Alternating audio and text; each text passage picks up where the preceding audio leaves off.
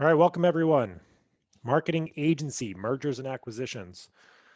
We're kicking off this program and this course with a very important topic, but it's the foundation of our topic to define and create a programmatic M&A blueprint within your own agency, within your own company. So if we look at where we are in the content, we're just starting off. And programmatic M&A, again, is a deal a quarter. If you get really aggressive, a deal a month. If you get extremely aggressive, a deal every 2 weeks. And then if you're losing your mind, a deal a day. But that's not what we're going to focus on today. We're going to focus on how to foundationally approach our ideal target and what is it defined as? What is the criteria? What are things we need to know? We will be giving a variety of worksheets that help organize everything we cover today. Let me repeat, you will have assets. You will have some resources that will make everything we cover today extremely more digestible and actionable. Now, ideal agency targets are going to focus on not just the criteria, but also what we've been doing. So as much as possible, we want to show you what we've been focused on, how we built it. So then when you start to decipher and translate it for yourself, you're able to use a really tangible step-by-step example. But I start off with this quote. Since you cannot predict the behavior of the markets, you must learn how to predict and control your own behavior. This is Benjamin Graham in The Intelligent Investor. And when you're looking at M&A, when you're looking at building out a programmatic M&A engine, it's really taking control of doing deals. Far too often, those who are participating in the early stages of M&A do one, maybe two deals, and they're not building a system in place that allows them to realize the type of return on that time and that investment in a productive way. This is also going to be tied to what's happening in the market, this global pandemic of COVID-19. I guess we could almost begin to start calling it different variations of COVID 2020, COVID 2021, since it's been around for a considerable amount of time. And by taking control over this, you'll realize it's not just you have to have some high IQ, some high scores at university, or some large business. The basis of this is going to be being patient, being disciplined, eager to learn, and really harness your emotions to think of yourself and what we're going to go forward with in building out this infrastructure. So which one are you? Are you an investor or are you a speculator?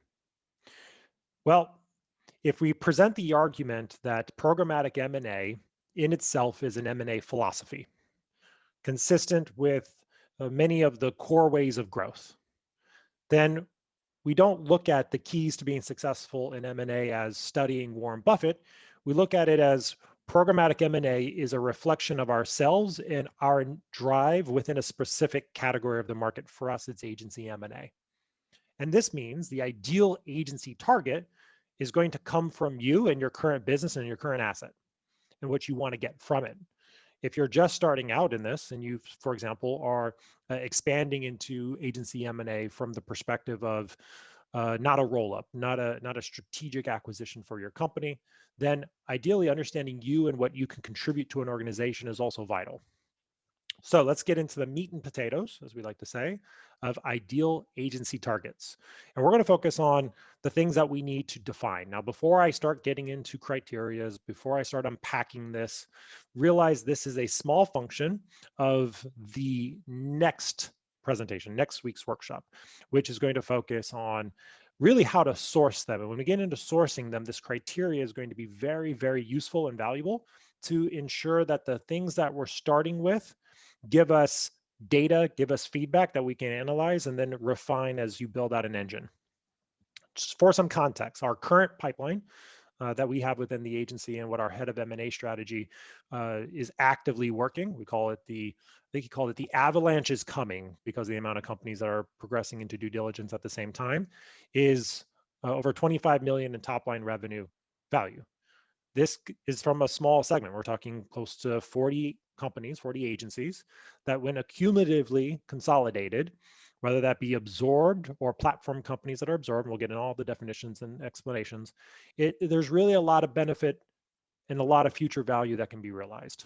Now, let's talk about some of the roll-in deals and some of the things that we've done and that we're actively engaging in, from software web development, again, a very specific type of agency we target, healthcare, which is a specific industry within our segment, inbound marketing, which is a capability and a segment within the digital marketing targets, and then of course the digital marketing bucket. And each one of these have different approaches to our deal structures and what we've been successful with and not successful with. And not successful would be defined as avoiding deals that potentially could have gone awry.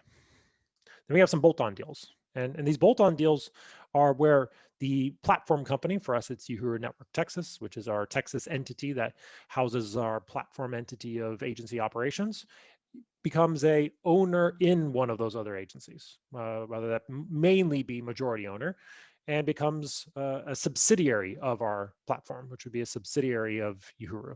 So if you're building and consolidating a holding company with multiple agency assets underneath it, an umbrella, or if you're trying to take one platform, your agency, and you're trying to absorb and roll into it various other acquisitions, these are the types of variations that these agencies present to the market. So like editorial and nonprofit focus, you got a media buying, so traditional advertising on television, social media marketing, and specifically maybe community management. Then you have paid and SEO. And all of these structures and all these types of deals have with them an owner that we'll identify during our content on motivated seller, but did fit our initial criteria. So what we really want to focus on is, if we're going to build a platform, or we are a platform, there's certain approaches we're following to these deals. There's certain ones that we'll get pretty far down the pipeline with and may or may not close. And then there's ones that we want to be able to just screen off of this criteria and not waste our time. And you'll see here on this slide that our platform had evolved to SaaS, which is a learning management software, and then staffing and recruiting, and then IT managed service provider. And it didn't just stay in the agency realm. It went into other types of complementary industries, business types, based upon this wide net that you start building when you execute programmatic M&A.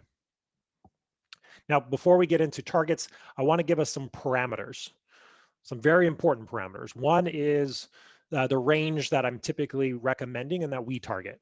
So if you're starting off in deals and you're starting off in your first deal or even your second or third, you're typically staying within a range, not 30% of your current platform market cap. Another way to look at it is, from a service-based business, not more than 30% of the employee count. So over time, the International Business Broker Association has been tracking the multiple on earnings applied to the valuation of that business. And if you notice, the multiple has been consistently 4, from companies ranging between 1 million and 5 million. So think about this. It's not a big negotiation. It's not a lot of back and forth. There's a lot of data that makes it really tangible to have starting points of conversations with all of these targets. So if we look at our targets that I recommend, and when you fill out your worksheets and you fill out your information, we're really going to recommend 500,000 to 5 million range. That's going to be the sweet spot. That's going to give us the ability to talk with a variety of different owners, a variety of different sellers. And this will give us the perspective necessary to really build out the comfort as well as the rituals and the standard procedures to do deals on deals on deals. Another important thing to consider with this is there's going to be a fairness zone. So there will be a range. This doesn't mean you have to, as an acquirer, you will put a 4x multiple on earnings on all your deals. This just gives you a framework to analyze what the owners are being educated about. And also in today's criteria, I'm going to reveal what an M&A advisor teaches these sellers about the process, what they are supposed to expect, and then we'll explain a little bit on how ours is so different and why programmatic M&A isn't something that the M&A brokers and the advisors are teaching or priming their clients to realize. Another important caveat is M&A is not complicated. The framework itself is fairly straightforward. You find a motivated seller to do a deal. Now, how you go about doing that is everything that we're teaching in this course, all of the step-by-step playbooks. We also have to have a certain mindset. The mindset's going to be, we're going to make a deal happen. You don't want deals just to come to you, right? Don't wait for the perfect deal. Don't wait for the right Goldilocks opportunity that is the best deal you've ever found and ever seen. Realistically, every deal that you uncover, and there'll be many of them, is going to be something that you will make in collaboration with a seller. We're also going to be covering throughout this course why you shouldn't use brokers, but I'm going to talk a lot about the broker in the business listing environment. Why? Because it's public information that is easily accessible to the seller and helps inform their elementary understanding of M&A and the potential to sell their business. We want you to be deal makers, not deal watchers. And this requires you to have some confidence in going forward with this. And how do you get confidence? Well, you get confidence by getting stronger in the repetitions of the frameworks you provide, the frameworks that you execute on. So by building off of our playbooks that we will be giving throughout this course, and by converting them to fit your size, your needs, which we can help you with, you will feel more confident as you approach the market and educate it. So how do you make a deal? Well, to make a deal, you're going to have to bridge a gap. And this gap is how people see M&A, right? Versus how you see M&A. The big deals, right, and that are published in the media outlets and the things that are announced, and some of the big ones over the past decade, 2010 to 2020, were Heinz and Kraft, Heinz ketchup and Kraft Foods, which is a cheese company. And when they came together, that was a big announcement and big value. AT&T and Time Warner, there's so much legal conversations and regulatory requirements. These are big publicly traded companies that get a lot of press around these deals and risks and uncertainty. And then you had Disney and 20th Century Fox. Again, things that had substantial implications for a trickle-down effect across the economy, across the sector, and brought a lot of positive and negative media. Then in our agency category, you have companies like WPP, which is almost 3,000 companies that have been rolled up together. And then you have Dentsu, right? You have these large holding companies, these agency holding companies that are in the billions of valuations globally. And what you see is they've created this disconnect of what a deal looks like in our space, how agencies can be empowered, transformed, how they can grow just through doing deals. And there's this fear that deals lead to red lines of people and expenses, turmoil within the culture, and can be a real disruptive character in general business practices. But you see it, like we see it, that acquisitions is just the other engine to growth. It's just a natural business process that if you have that in conjunction with organic growth, you're really setting yourself up for the strength necessary to endure and to scale the organization. Now, I'm going to give this little tips along the way. This does not just work for your agency. This also works for the agency you acquire. So getting a little meta with everybody here.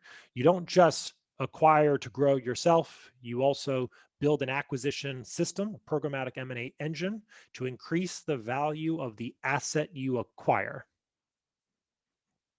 Don't worry, we'll be talking about that in length. Companies want to sell, but 80% of those companies never sell. This percentage is indicated by the business listing sites, as well as what has been gathered in Small Business Administration in regards to companies that never have a succession plan or close.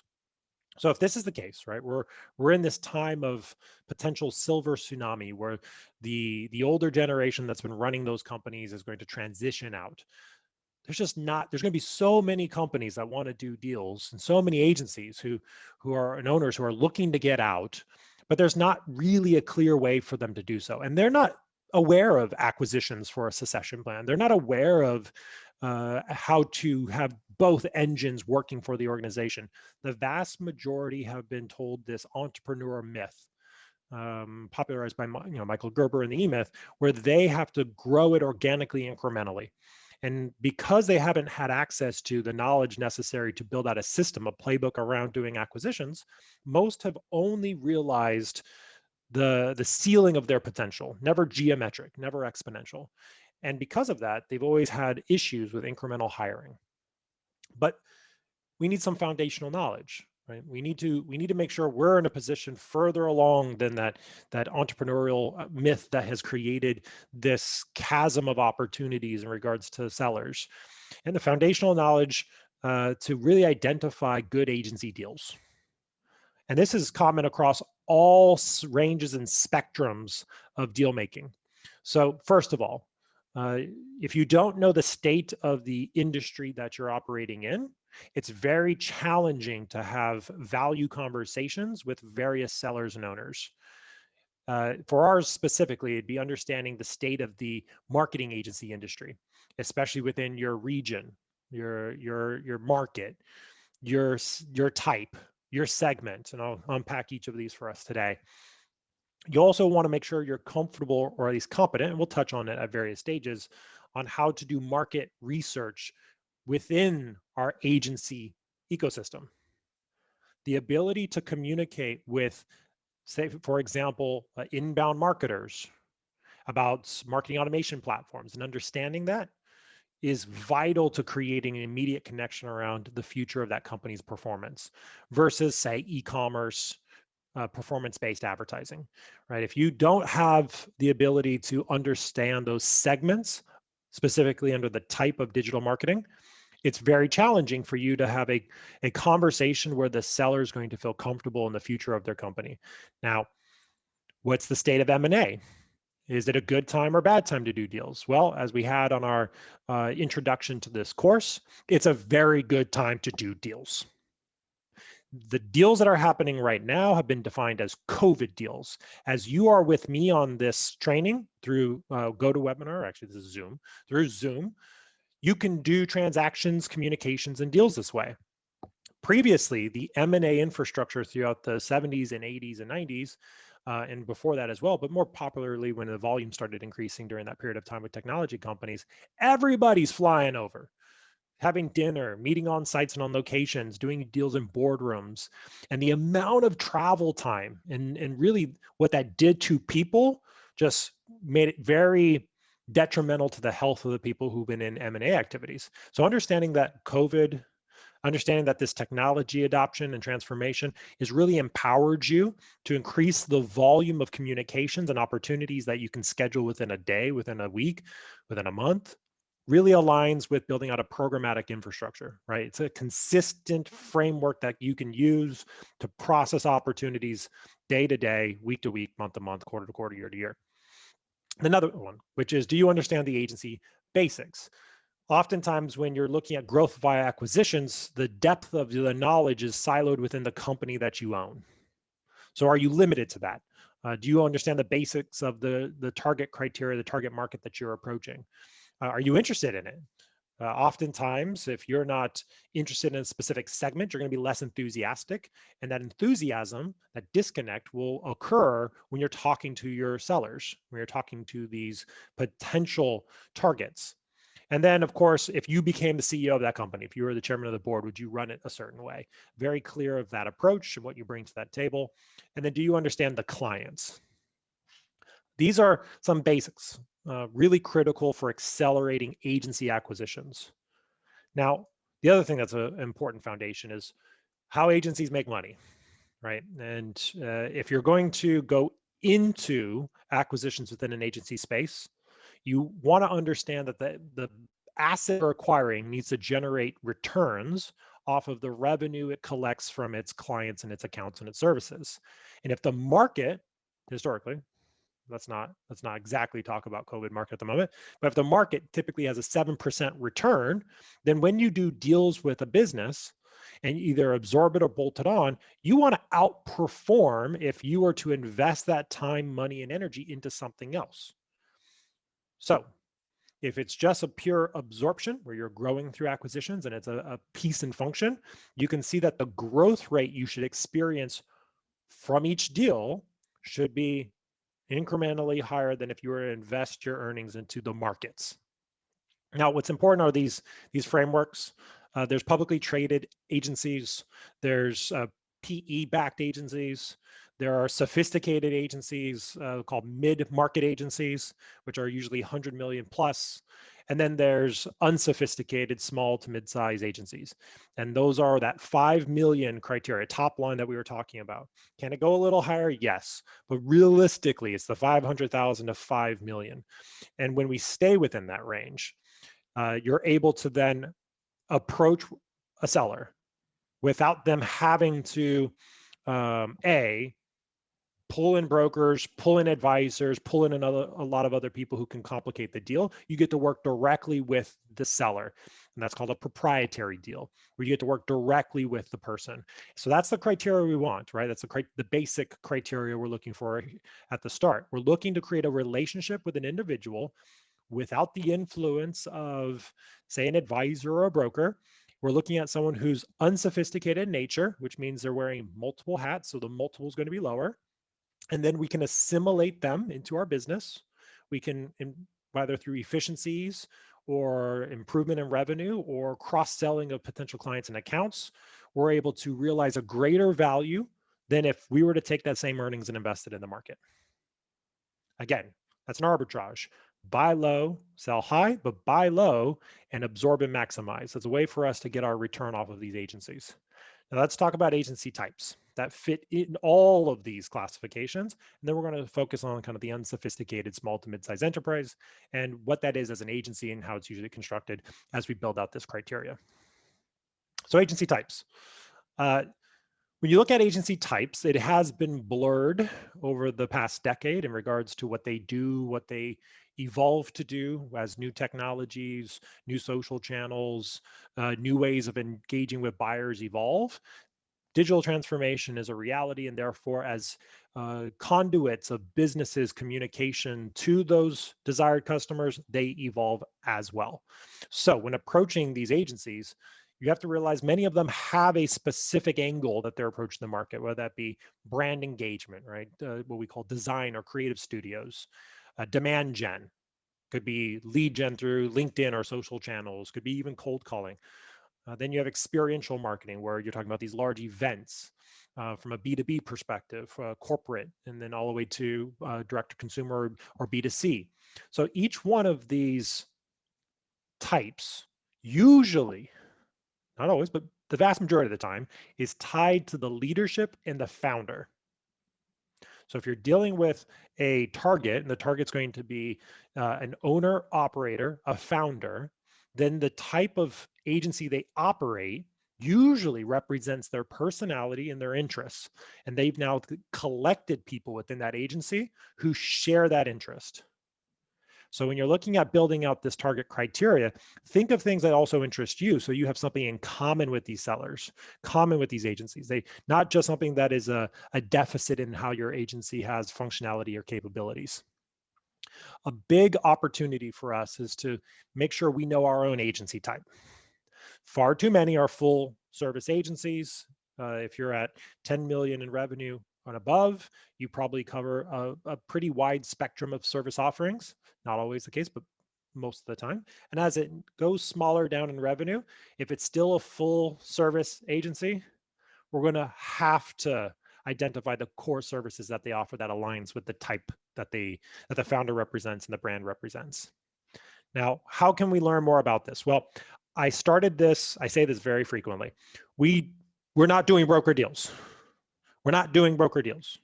That doesn't mean, though, that there aren't opportunities in deals organized by brokers. And so if you're really trying to gain the repetition necessary in your process and refine it, sometimes you can jump straight into listing sites. So we've listed some here. And these listing sites allow you to gain some repetition, some frequency of how to analyze information memorandums. So CIMs, confidential information memorandums. It shows you the NDAs, the things that we're going to give you in this as well. So we're going to give you our NDA template, but it gives you the ability to see kind of the way the best representation of an agency can be demonstrated. Brokers and M&A advisors, their job is to make an agency look good, make a business look good, and try to sell it for as much as they can. Well, if you go to these M&A listing sites and you search through for marketing deals and you see little deals, right? You're talking like this one out of Dallas, Texas, here in the United States. It's revenue 450, cash flow 200,000. The asking price is 99,000. You get curious, right? And you say, well, that's not that much relative to the earnings. I'll get into the criteria and what that potentially anticipates within the business life cycle, or maybe the industry that they're in, or the trend of that business performance over time. But at the end of the day, it doesn't hurt you to gain some practice, gain some confidence by going through these and looking at these as sacrifices of your learning. These aren't deals you care about. You've yet to really feel motivated and enthusiastic and built a relationship to where all this energy of optimism around a potential deal is holding you back from looking at it practically. And you get to practice the process that you learned from us and you've standardized for your agency. Now, if you've never tried to sell a business before or have been approached by an M&A advisory firm, I wanted to share with you how they teach our target sellers what M&A looks like.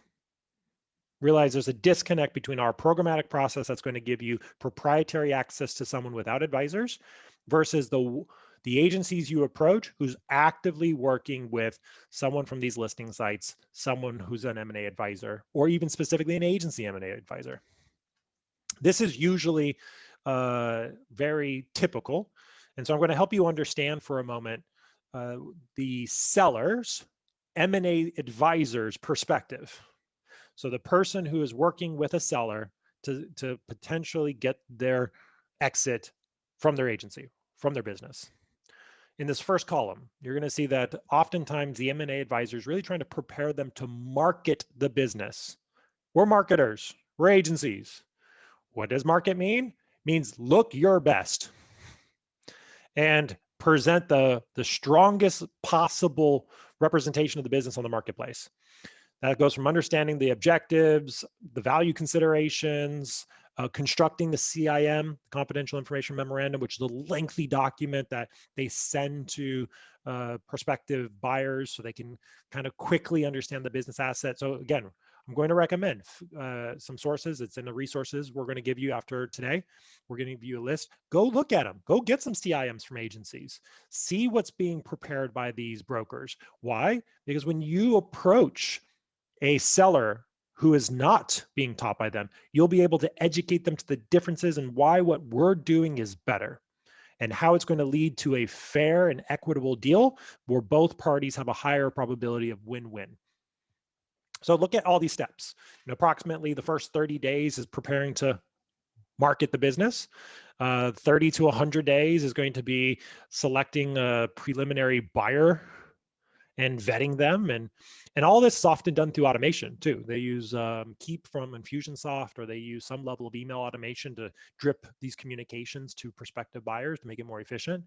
And this process is something that they're pitching to the seller. So if you've mistakenly started getting into a real deal with someone who has an M&A advisor, and you don't know that this is the framework they're being taught, and you're trying to run a different type of M&A philosophy, they have someone whispering in their ear, guiding them, that's friction to your ability to do a deal that fits the type of criteria that's going to enable you to scale programmatically, systematically, another acquisition after another acquisition, another acquisition. And then they help through the selection process. And they go through and assist through negotiations, and they require certain things like offers, indicators of interest, letters of intent, and ultimately they help execute the transaction. This is a lot of influence from industry people who most M&A advisory firms, if you ask them how many agency deals they've done, maybe 100 or maybe 100 in their whole organization. Again, you will be, by building a programmatic engine, talking to dozens and if not hundreds of agencies and owners. And what the key here is, even if they're not all agencies, even if you're talking to other sellers to practice the process, because the framework is the same, The framework is exactly the same if you're acquiring a different company than if you're acquiring agencies. So if you want to practice this, you'll notice that the refinement you get will be very different than what they've been traditionally taught, because this is an M&A advisory firm who's trying to profit from this deal. And again, most businesses that want to sell, that want to have a liquidity event, don't. So again, very important. You will get these slide decks, so no need to feel like you got to keep up with everything. It's going to be in your portal along with the other multiple resources we release every week. But study this. Your ability to understand and communicate to your seller what they could have expected or how the process is different allows you to be an educator in your deal process rather than someone who's just trying to seek a deal with them. And the person who usually understands the most is the most persuasive in the deal and can be seen as an educator, a collaborator, someone who has their good intentions in line with what the seller wants. So we always say, give the seller what they want in a way that generates a multiple of return for us. But you need to know your impact. So let's feel free to, this is my favorite part.